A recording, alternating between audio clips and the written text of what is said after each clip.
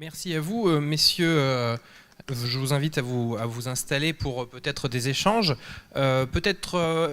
J'ai deux phrases de positionnement, à moins que quelqu'un veuille réagir ou questionner tout de suite. Alors peut-être la première phrase avec la BAC, c'est que ces cartes où on voit où il y a plus de risques, où il y a moins de risques, c'est anxiogène, c'est stressant. On se dit, oulala, où est-ce que j'habite, est-ce qu'il y a un risque?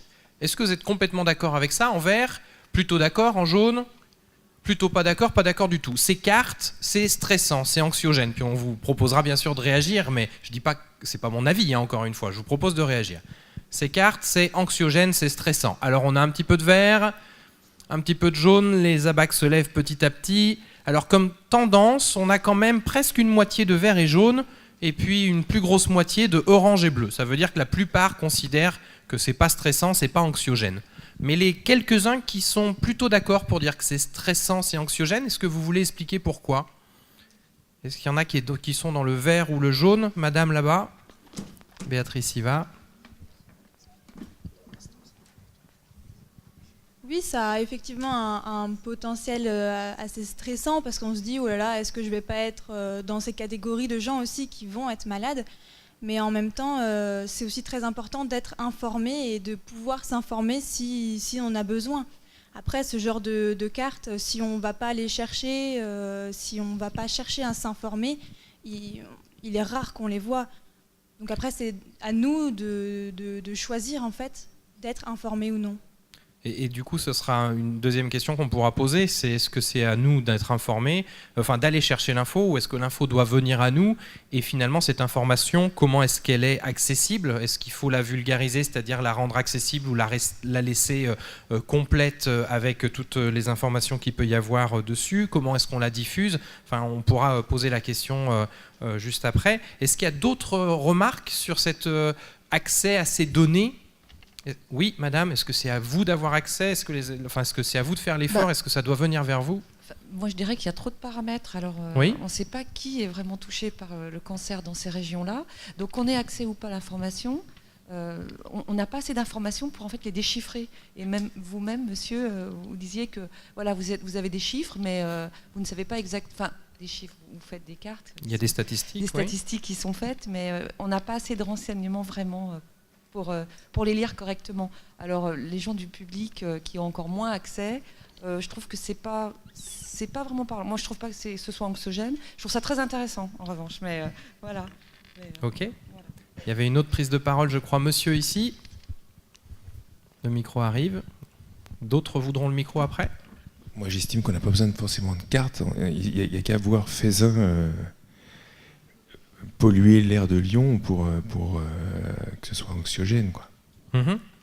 Et alors, du coup, ça posera aussi la question, qu'est-ce qui est intuitif et qu'est-ce qui est contre-intuitif? C'est vrai que là, vous dites Faisin dans la métropole de Lyon. On peut se dire métropole de Lyon, grand facteur de risque, et finalement on voit, comme vous le disiez, que les centres urbains n'étaient pas forcément en rouge ou en violet sur la carte. Alors ça ne veut pas dire que Faisin ne participe pas à la pollution de l'air et que la pollution de l'air ne participe pas au risque d'avoir un cancer, mais en tout cas il y a cette question de qu'est-ce qui est intuitif, qu'est-ce qui est contre-intuitif qui peut être intéressante.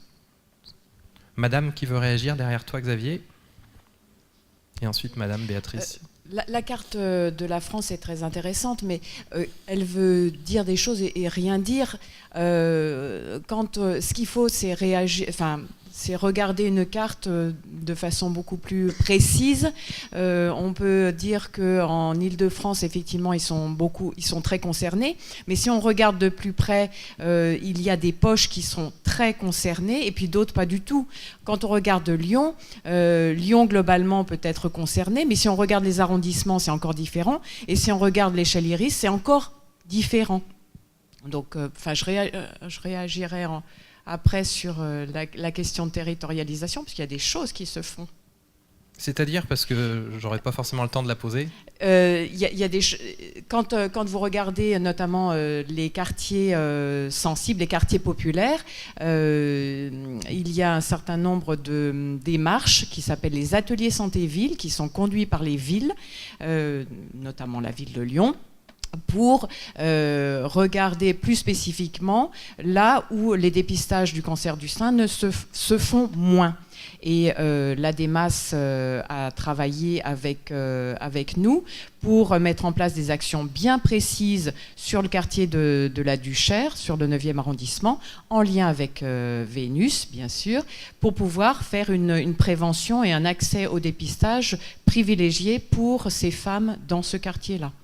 Et ça pose, je crois, la question de est-ce qu'on met les moyens dans des endroits précis, est-ce qu'on met les moyens partout? Je crois qu'on parle d'universalisme proportionné, c'est exactement, ça exactement. C'est mettre des moyens, oui, mais en fonction des publics, on mettra des moyens de façon différenciée.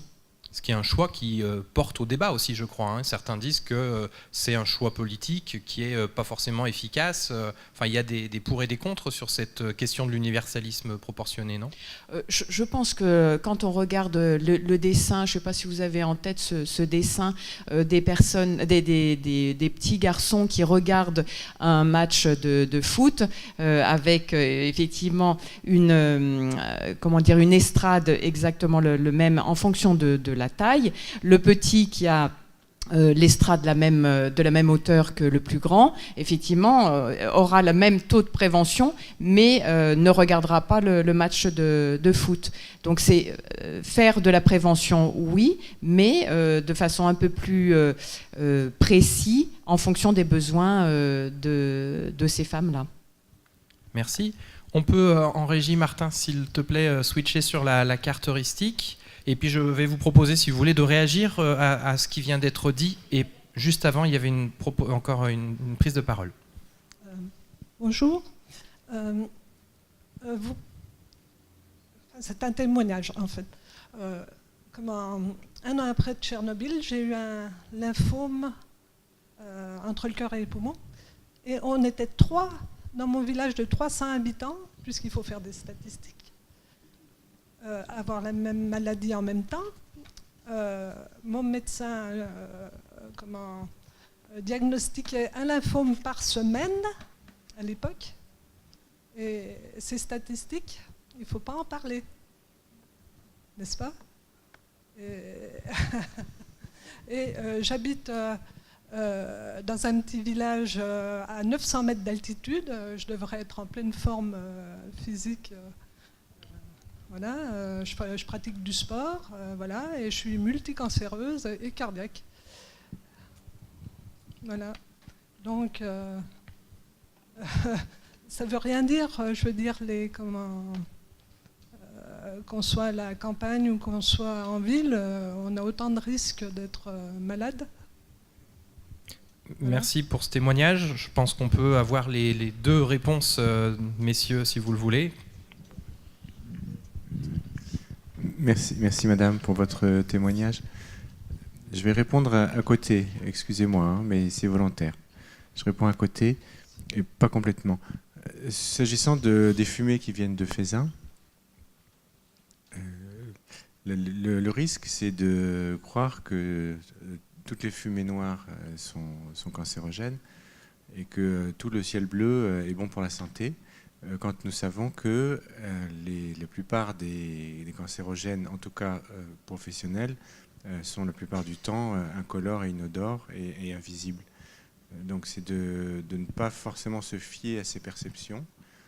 Et ça rejoint le commentaire tout à l'heure de notre collègue pneumologue sur la nécessité également d'investiguer de façon plus systématique un certain nombre de composantes de notre environnement.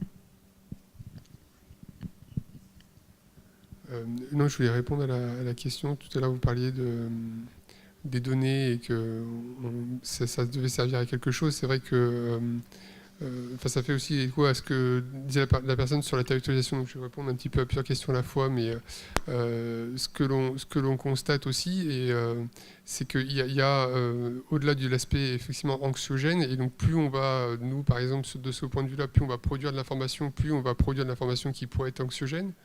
Mais en même temps, plus c'est de l'information qui va forcer aussi les autorités à agir là-dessus. Donc en fait, on est toujours confronté, et c'est pour ça que la question était très bien posée de voir cette perception de l'anxiogénité des cartes et de ce qu'on ressort, parce que c'est effectivement une question qui est hyper importante. Et encore, j'ai pas fait ma présentation dans le Nord-Pas-de-Calais aujourd'hui, donc Voilà. Mais il y a vraiment il y a aussi une frilosité des autorités sur cette question-là. Et donc, si on ne montre pas des choses qui ne sont pas quelque part anxiogènes ou qui incitent les gens à agir, en fait, il peut ne rien se passer. Et par exemple, je ne me suis pas autocritiqué, mais la carte que j'ai montrée, elle date de 10 ans. On n'a pas eu de carte publiée depuis. Donc, on dit on a des chiffres, on a des données, mais il n'y a pas de carte publique. Il n'y a pas un chercheur qui prend sur lui-même en disant ou qui a accès aux données ou qui publie une carte des inégalités actuellement. Parce que si on faisait peut-être la comparaison, on trouverait quelque chose qui ne serait pas sympa à savoir. Donc il y a la question de l'anxiogénité, mais bon, enfin, après, c'est soit on veut savoir et faire les choses, soit effectivement c'est compliqué à déterminer, mais effectivement pour l'instant on est quand même dans une optique où on ne dit, enfin c'est quand même, il faut vraiment aller chercher cette information pour la trouver. Est-ce qu'il y a encore une question, une remarque, notamment peut-être aussi sur un sujet sur lequel on est allé un peu vite, le retour au travail, l'inégalité par rapport au retour au travail. N'hésitez pas si c'est un sujet qui vous intéresse. Peut-être ça peut être aussi discuté en temps informel pendant la pause qui va suivre si vous le souhaitez. Monsieur et puis madame là-bas aussi. J'ai une question pour la surveillance des sarcomes. Est-ce qu'il n'y a pas des études géoépidémiologiques je pense qu'ils doivent être prévues? Est-ce qu'on a identifié des choses? Parce que c'est pas très fréquent le sarcome en France. Mais on peut trouver peut-être des clusters. Oui, alors on avait commencé à le faire en Rhône-Alpes où on avait une cohorte exhaustive. Et là, du coup, grâce à ces réseaux qui en fait enregistrent, parce qu'il y a toute l'activité des réseaux est enregistrée dans une base de données pour pouvoir prouver que les 40 000 patients ont bien été diagnostiqués, relus, etc. Donc effectivement, il va y avoir la possibilité de faire des enquêtes épidémiologiques. Et effectivement, par rapport à ces cancers qui sont des cancers rares, on a très peu de données pour l'instant. Donc c'est un truc qu'on va faire prochainement. Ouais. Merci. Oui. Madame, une dernière question peut-être? Oui, c'était pour revenir sur la frilosité des cartes. Je le comprends tout à fait. Ceci dit, il faut expliquer les cartes. Et nous faisons un certain nombre de travaux qui sont, comment dire, où on utilise les cartes, la cartographie. Ça permet aussi aux collectivités locales de travailler sur telle ou telle priorité territoriale. On ne peut pas tout faire, donc on va intervenir prioritairement sur tel ou tel territoire. Et notamment, la question du quartier de la Duchère était bien appropriée par rapport à ce problème-là. Merci. Vous voulez juste, conclure? En tant que géographe, je suis totalement d'accord avec vous. Ça peut paraître bizarre, mais on ne peut pas tout dire avec une carte. Et on peut pas. Enfin, une carte ne sert qu'à décrire un phénomène, et après, il faut mettre en place des études pour les comprendre. Et d'ailleurs, c'était pour ça que je voulais aussi répondre à ce que vous disiez sur le fait qu'on n'avait pas sur l'action ciblée entre les territoires, on n'a pas d'éléments, etc. Enfin, justement, c'est aussi le but de nos recherches, de montrer que quel est le bénéfice de mettre en place ces actions-là et de quel est le bénéfice pour la santé de mettre en place ces actions ciblées. Et c'est qu'en montrant ces choses-là qu'on va pouvoir asseoir l'autorité de ces études, de ces initiatives qui sont mises en place à l'échelle locale actuellement, mais qui, effectivement, dont on peut poser parfois la question de la pertinence. Merci beaucoup à tous les deux messieurs.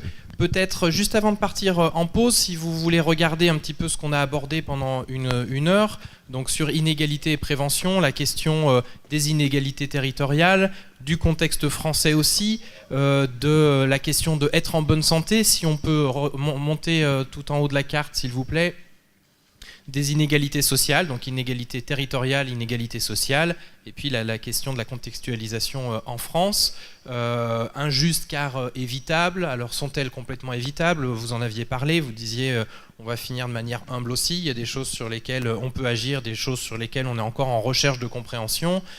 Sur la question de être en bonne santé, vous aviez parlé des différents facteurs et du fait que aussi on n'était pas tous égaux avec ces facteurs. On a débattu un petit peu aussi sur la question de l'approche par les risques, approche plus globale, comment avoir quelque chose qui à la fois soit de l'ordre de l'efficacité, de l'efficience, et puis qui ne soit pas un levier d'inégalité, puisqu'on ne réagit pas tous de la même manière au message de prévention.